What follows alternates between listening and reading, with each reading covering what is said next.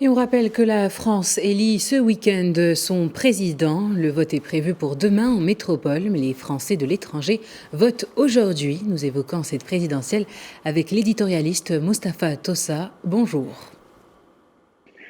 Bonjour. Alors Tossa, les Français de l'étranger votent donc ce samedi. On se rappelle que ce vote a révélé quelques surprises. Au Maroc, par exemple, aucun des deux finalistes n'est arrivé en tête au premier tour. Qu'est-ce qui, selon vous, influencera le vote des Français de l'étranger pour ce second tour ? Oui, c'est vrai que le vote des Français de l'étranger nous demande de faire des études et des investigations pour en comprendre un petit peu la logique et le mécanisme.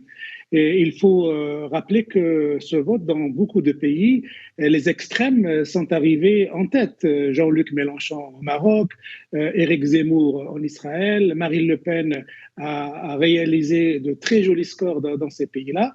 Donc on s'interroge comment ça se fait que des Français qui sont eux-mêmes immigrés, expatriés, puissent être captés, séduits par ce vote extrême dans la logique pour l'extrême droite et de la lutte contre l'immigration et la xénophobie affichée. Donc il y a quelque chose qui interpelle là et qui impose aux sociologues de l'avenir de chercher à comprendre pourquoi ces Français-là votent de cette manière-là.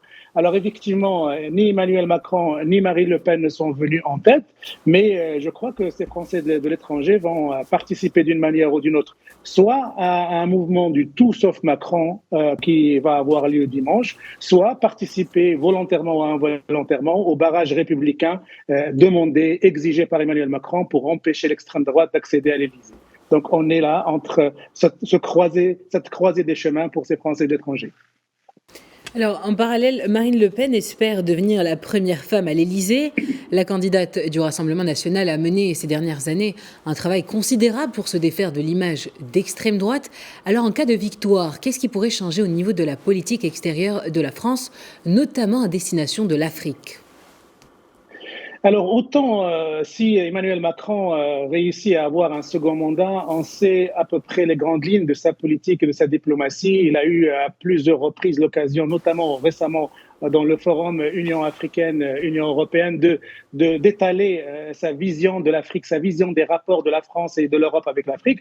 Autant on ne sait absolument rien du programme de Marine Le Pen. Parce que Marine Le Pen est à la tête d'un parti qui s'appelle le Rassemblement national, ça veut dire l'extrême droite, qui a toujours perçu la relation avec l'étranger, avec l'Afrique, sous le prisme de l'immigration. Donc, on ne sait pas ce qu'elle pense des rapports de force, de la coopération, des grands équilibres africains. Elle ne perçoit ce continent africain que comme un continent qui fournit de l'immigration clandestine pour l'Europe et pour la France, et dont elle s'est donné pour mission de lutter contre. Moi, j'imagine et j'estime qu'un certain nombre de capitales africaines sont en train de fuir en ce moment. Si demain, ils doivent avoir à négocier ou à parler avec la présidente, la future éventuelle présidente de la République, Marine Le Pen, parce qu'ils auraient en face d'eux un interlocuteur qui n'a aucune vision de la politique étrangère, à part un seul point qu'elle a développé récemment, sa volonté de sortir de l'OTAN. Quant au continent africain, elle n'a que comme perception que la lutte contre l'immigration clandestine. Donc, il faut absolument, oui, avec Marine Le Pen, c'est l'aventure, c'est la rupture, c'est un saut vers l'inconnu dans la relation France-Afrique. Eh bien, merci Mustapha Tossa pour ces précisions. Je rappelle que vous êtes éditorialiste. Et pour parler des enjeux des élections présidentielles en France en profondeur, je vous propose d'écouter Jean-Marie Colombani, également éditorialiste. Moi, je suis pour le vote absolu. Et ni le blanc ni l'abstention ne sont bonnes pour la démocratie. Or, les gens, ils n'ont pas à choisir entre ces deux-là, alors ils vont pas y aller.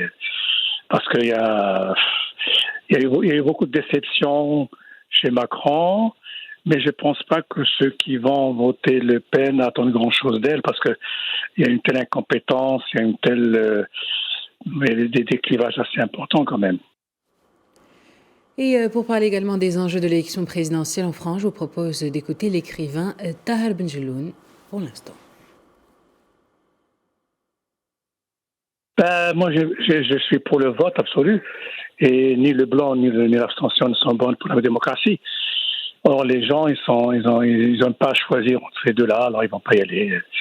Parce qu'il il y a eu beaucoup de déceptions chez Macron, mais je pense pas que ceux qui vont voter Le Pen attendent grand-chose d'elle, parce que il y a une telle incompétence, il y a une telle, des clivages assez importants quand même.